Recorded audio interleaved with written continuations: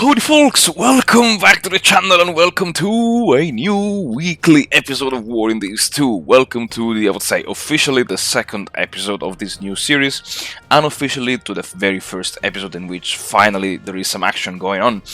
And new series, new opponent, and of course a new side. Not that there are too many sides to choose from in War in the East 2.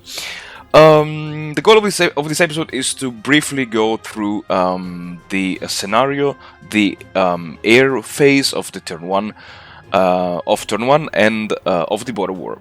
The scenario has been slightly modified to give some small advantages to my opponent, just to make the challenge more challenging. Basically, I gave my opponent 250,000 men more in the manpower pool. My opponent will receive 5 rifle divisions, which were historically raised by the Red Army, and that for some reasons are not present in the in the standard scenario. And he will receive 1 tank brigade, I think in March 1942, fully equipped, and I think 7 or 8 rifle brigades between September 1941 and July 1942. Having said that, let's go through the air phase. But before, as always, let's have a look at the events. I mean, there is just one event here, and there is nothing that needs to be said about the turn summary. But I can say one thing.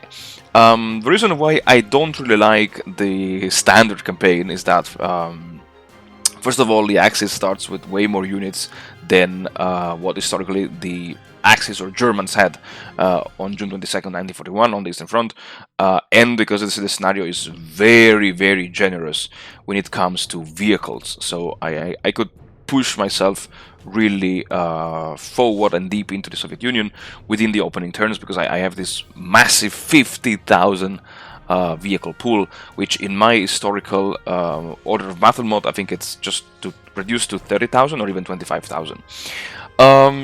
Yeah, so having said that, folks, let's dive into the air war. Concerning the air directives, I've done already a video in the past about how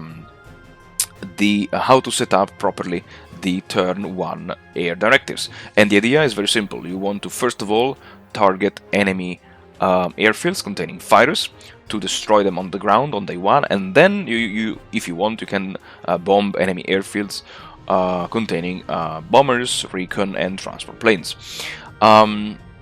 Here I also set up 2 single hex naval patrols, because some Axis players, they like to rush vent spills with I think 1 regiment of the Totenkopf or any other motorized infantry division of the 4th Panzer Group.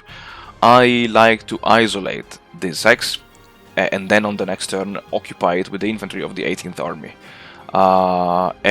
Because this is, I would say, this is not the first time I'm recording this episode. I think this is now the 5th or 6th time, because I always had technical issues.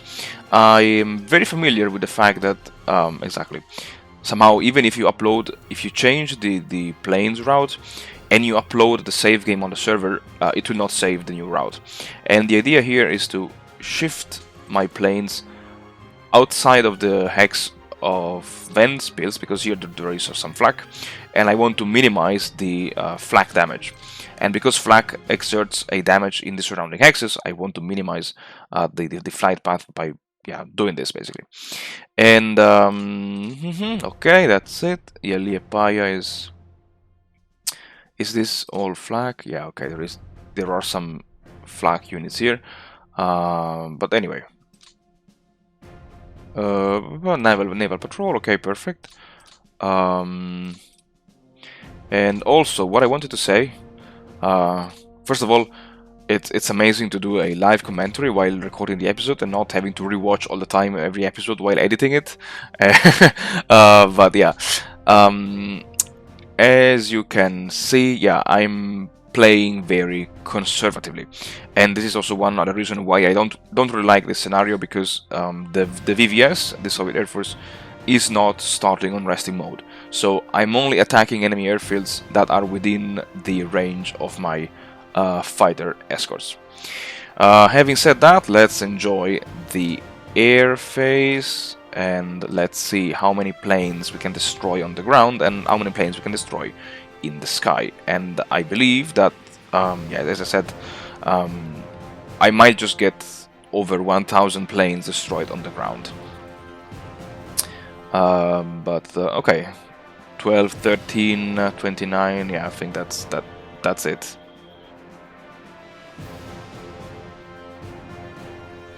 Yeah, I think there are some air battles being fought right now. And overall, yeah, 1678. Yeah, I think that's it. I mean, 30, 38. Okay, 1732 planes. Okay. I mean, the ratio is not too bad. Could have been worse, to be honest.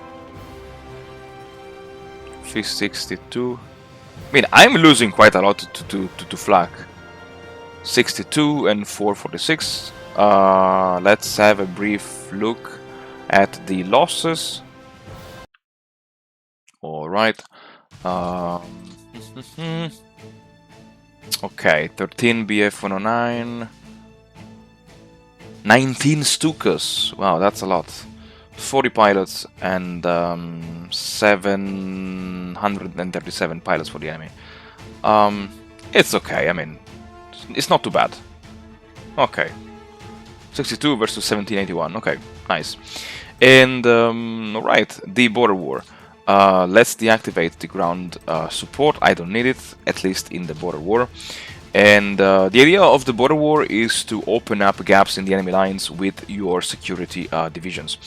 Now, there are two schools of thought here. Some people like to encircle all of these units here, which are, let's say, not visible, but these are the MG or the artillery battalion fortified units, because if you destroy them now, you will provide the Soviet player with more disabled men compared to when you will just encircle them and then annihilate them in the next turn. I personally like to wipe them out on the first turn just because they exert a zone of control, and because I like to have a very aggressive opening, I don't really care about giving my opponent some extra manpower in the form of disabled men. I already reassigned here these units to the 103rd RHG command. Let me do it. Let me do the same with this one here. 102nd, 102nd, and let's see. Okay, so let's start from this one here. As always, I say it now. I will say it again in the future. When you attack, always use the units which are in the, let's say, I would say the most behind the front line, so the one which are deepest in your rear guard, let's say. And let's move this guy over here. Okay. Can I attack? Let's try. No, of course. Yeah. So when you see something like that, don't.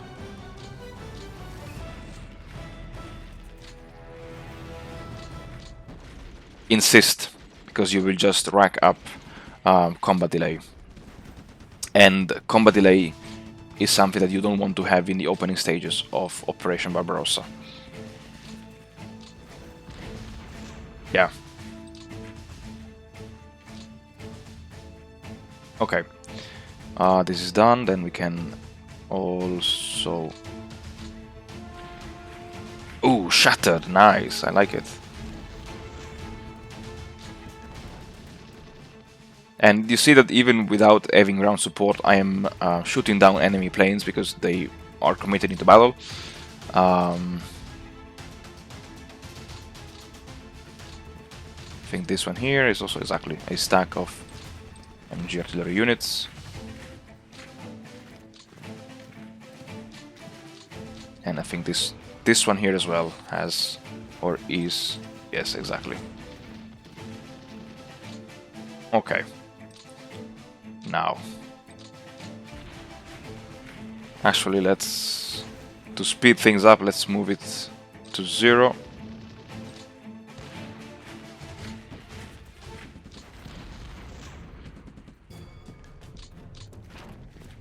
Okay. I mean, it's good that here I don't have any combat delay, because I really like not to have combat delay in this area. Here, I don't care too much, but here, it's crucial for me. Okay, this one here, this one here. Okay, fine, screw it.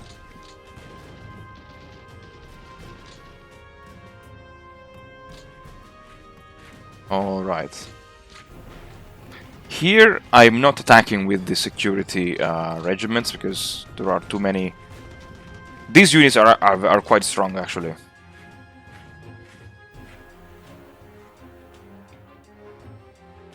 Can I? Nah, I don't want to risk it. Let's try. Ooh, what was that? Shattered! Another one shattered! Oh, that's amazing. Can I attack? No. Okay. Anyway, it's fine. And I think there's still no. Okay. Yeah, that's it. Here. Let's do this. Okay.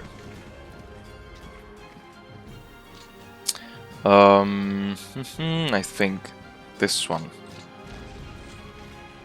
goes in here. Okay, perfect. Can I move it? Too bad I cannot reach this area here. Yeah.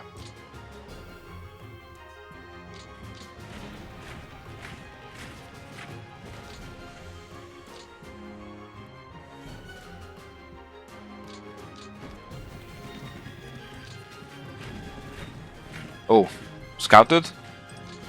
Yes. Okay. Let's not risk it. Yes, like this.